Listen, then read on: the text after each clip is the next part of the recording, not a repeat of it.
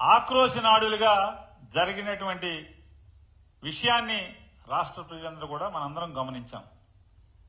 ప్రతి ఛానలు ఈ ఆక్రోశనాడుల్ని లేదా మినీ మహానాడు పేరుతో జరుగుతున్నటువంటి తెలుగుదేశం పార్టీ కార్యకర్తల ఆక్రోశనాడుని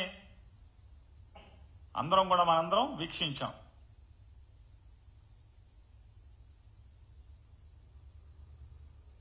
ఒక జిల్లాలో పాపం ఆయన సీనియర్ మంత్రి గారు, మాజీ మంత్రి గారు కూడా, సీనియర్ శాసనసభ్యుడు, కేంద్ర మంత్రికి మామగారు, ఆయన ఆక్రోశం, ఆయన బాధ, ఆయన వ్యధ చెప్పనలవి కాదు.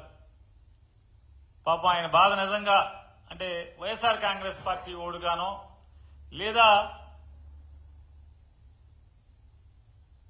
మాజీ మంత్రివర్యులు, మాజీ వైఎస్ఆర్ కాంగ్రెస్ పార్టీ మహిళా విభాగ అధ్యక్షురాలైనటువంటి రోజా గారి కుటుంబ సభ్యులు, ఆవిడ అభిమానులు, వారికి బాధ కలుగుద్దో కలగదో తెలియదు. కానీ ఇంకెవరికి చూసినా కూడా ఆయన వర్ణనాతీతమైనటువంటి ఆయన వ్యధా బాధలు చూస్తే ఈ బాధ పగోడికి కూడా రాకూడదురా అని చెప్పి జాలిపడేటువంటి పరిస్థితి. అంటే ఒక అధికార పార్టీలో ఈ మినీ మహానాడులో అదే ఈ ఆక్రోశనాడులు, కార్యకర్తల ఆక్రోశనాడుల్లో జరిగినటువంటి ఆ మీటింగులో ఒక్కటంటే ఒక్క చోట కూడా సంవత్సర కాలంగా మమ్మల్ని నమ్మి మాకు ఓటేశారు, ఈ రాష్ట్ర ప్రజలకి ఇన్ని మేళ్లు చేశాము అని గర్వంగా ఒక్కడంటే ఒక్క నాయకుడి గాని, ఒక్క ఎమ్మెల్యే గాని లేదా ఒక్క కార్యకర్త గాని ఎక్కడ గర్వంగా జబ్బగదలుచుకున్నది గాని కాలరెగరేసి మీటింగ్ చెప్పిన దాఖలాలు ఎక్కడా లేవు 26 జిల్లాల్లో.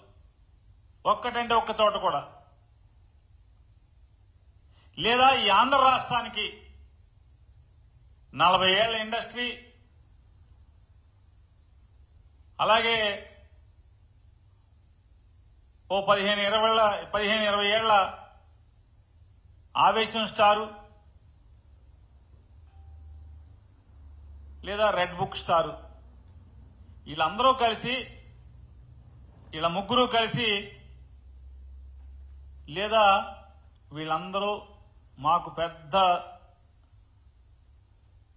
మా అందరికీ పెద్ద బాస్ అని చెప్పుకుంటున్న మోడీ గారు కానీ వీళ్ళందరూ కలిసి రాష్ట్రానికి ఏమన్నా ఓడబడిచిందంటే ఒక్కటి కూడా ఈ సంవత్సర కాలంలో ఈ జిల్లాకి ఇది పొడిచామని చెప్పి ఎక్కడ ఒక్కళ్ళు కూడా గర్వంగా చెప్పుకున్నటువంటి సంఘటన లేదు. అంటే రాష్ట్రానికి చేయలేదు, లేదా ఏ ఊరికి చేయలేదు, ప్రజలకి చేయలేదు. ఇక ఆయన ఈ ఎమ్మెల్యేల బాధలు చెప్పుకుంటా ఏ మొహం పెట్టుకుని మేము జనాల్లోకి వెళ్ళాలి? పనులు అడుగుతున్నారు, పనులు చేయడానికి డబ్బులు ఎవరు, నిధులు ఎవరు? సిగ్గేస్తుంది. మీరు గనక ఇక డబ్బులు ఇవ్వం, మీకు నిధులు ఇవ్వము అని కనుక చెప్పేసేయండి. మీరు మాకు ఓటేసి దగాపడ్డారు, మీరు నన్ను మన్నించండి అని చెప్పి మేము ఓళ్లంపడి తిరుగుతాం జనాల దగ్గరికి అని చెప్పని, ఇదే ఏకైక మార్గం అని చెప్పని సాక్షాత్తు అధికార పార్టీ ఎమ్మెల్యేలే వాళ్ళ పార్టీల మినీ మహానాడుల్లో ఆక్రోశించారంటే ఈ ప్రభుత్వం విఫలమైనట్ట? వీళ్లు రేపు కడపలో 27, 28, 29 తారీఖుల్లో జరిగేటువంటి అది మహానాడా లేదా నేను చెప్పినట్టు దగానాడా? అలాగే ఇంకొక జిల్లాలో పదవులన్నీ ఒక పార్టీ వాళ్ళకే పోతున్నాయి. గతంలో కమ్యూనిస్ట్ పార్టీలు మనతో కలిసి వస్తే ఎలా అయితే మనం వాటి పీక పిసికి చంపేశామో రాబోయే రోజుల్లో ఇదే తంతు కొనసాగితే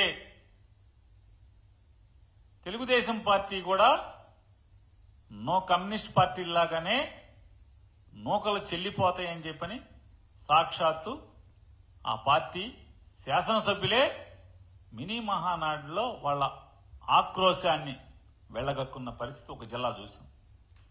మరొక జిల్లాలో ఇంతకన్నా దిక్కుమాలిన మినీ మహానాడు ఎవరైతే జరపాలో దానికి అధ్యక్షత వహించి దాన్ని నడపాల్సిన అధ్యక్షుడే ఆ సభకు డుమ్మా కొట్టాడని చెప్పని ఒక సీనియర్ కార్యకర్త లబో దిబోమని గుండెలు బాదుకునే పరిస్థితి. ఎన్టీ రామారావు ఉన్నప్పుడు తెలుగుదేశం పార్టీ వేరు,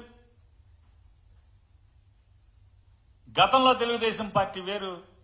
ఇవాళ దిక్కుమాలినతనానికి మారుపేరుగా మారిన తెలుగుదేశం పార్టీ అని చెప్పని ఆ జిల్లాలో ఆ కార్యకర్త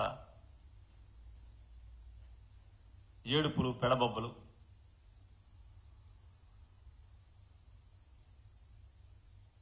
శకునం చెప్పే అందరికీ శకునం చెప్పే బల్లికి ఏదో జరిగిందంట. అట్టాగే ఎన్టీ రామారావు పార్టీ పెట్టిన కాడి నుంచి పార్టీ పెట్టాను, నేను పార్టీలో ఉన్నాను, పుట్టానని చెప్పేటువంటి ఆయనకి కనీసం ఒక బ్యానర్ కూడా లేదని వాళ్ళ జనం అంతా కూడా గోల గోల అల్లరల్లరి ఒక జిల్లాలో. ఇంకో జిల్లాలో కార్యకర్తలకి కనీసం మర్యాద కూడా లేదు, పలకరించే నాదుడు లేడు. ఎన్నికల ముందేమో జైలుకి వెళ్ళండి, ఎన్ని కేసులుంటే అంత పెద్ద పదవులు అన్నారు. ఇవాళేమో ఎవడికి చిల్లర కొడితే ఆడికే పదవులు వస్తున్నాయి అని చెప్పి ఒక జిల్లాలో ఆక్రోశం. ఇంకొక జిల్లాలో ఆడేవరా బాబు మంత్రి ఆధార్ కార్డు చూపించమంటున్నాడు, పనులకు వస్తే ఆధార్ కార్డు నంబర్ రాసుకుని మీ పనేంటని అడుగుతున్నాడు. కార్యకర్తల దౌర్భాగ్య స్థితి ఇది, పార్టీ ఇట్లా చచ్చిపోతుంది అని చెప్పని ఒక సీనియర్ కార్యకర్త ఆవేదన. మరొక జిల్లాలో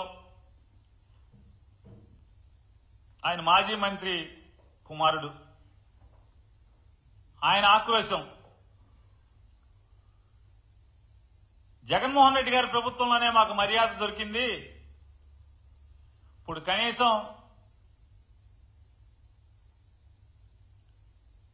మర్యాద అనేది లేకుండా పోయింది ఎవరికి. శత్రువు ప్రభుత్వంలోనే మేము మర్యాదగా బతికాం,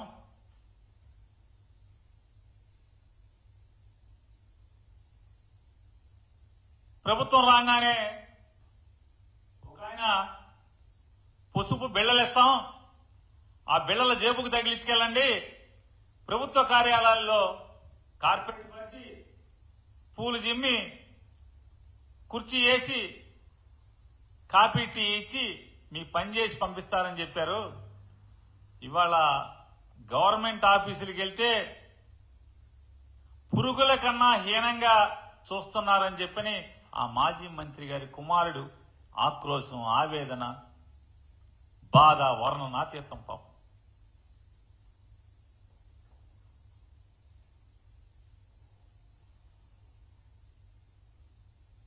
ఇంత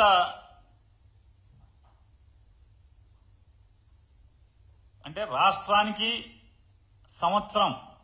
ఒక సంవత్సర కాలంలో ప్రభుత్వం నడిపి ఈ రాష్ట్ర ప్రజలకు చేసింది శూన్యం, ఈ రాష్ట్రానికి చేసింది శూన్యం. ఆఖరికి జెండా మోసి మీ మాటలు నమ్మి కేసులు కట్టించుకుని జైలుకి వెళ్ళొచ్చిన వాళ్ళకు కూడా తిరుక్షవరం. ఇది ఇవాళ ఈ రాష్ట్రంలో ఉన్న పరిస్థితుల్ని ఈ మినీ మహానాడుల ద్వారా తెలుగుదేశం పార్టీ నాయకులు, కార్యకర్తలు, శాసనసభ్యులు వాళ్ళ ఆక్రోశ నాడుల్లో వెళ్లగక్కినటువంటి బాధాతప్త హృదయాలతో కన్నీరు మున్నీరైనటువంటి సంఘటనలు ఈ రాష్ట్ర ప్రజలందరూ కూడా అనేక మాధ్యమాల ద్వారా మనందరం కూడా చూసాం. ఇవాళ దివంగత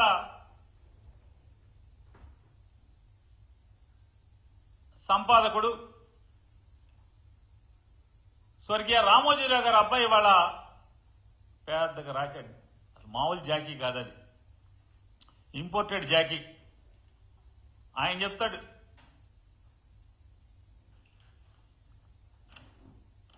ఇది ఎవరో స్టేట్మెంట్ కాదు, వాళ్ళు రాసిందే.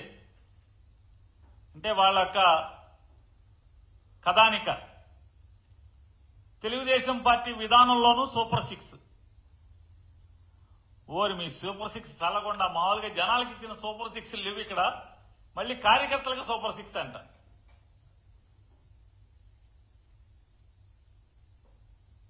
ఎవడన్నా నమ్ముతాడా ఏ కార్యకర్త అయినా? ఏ ఒక్క కార్యకర్త అయినా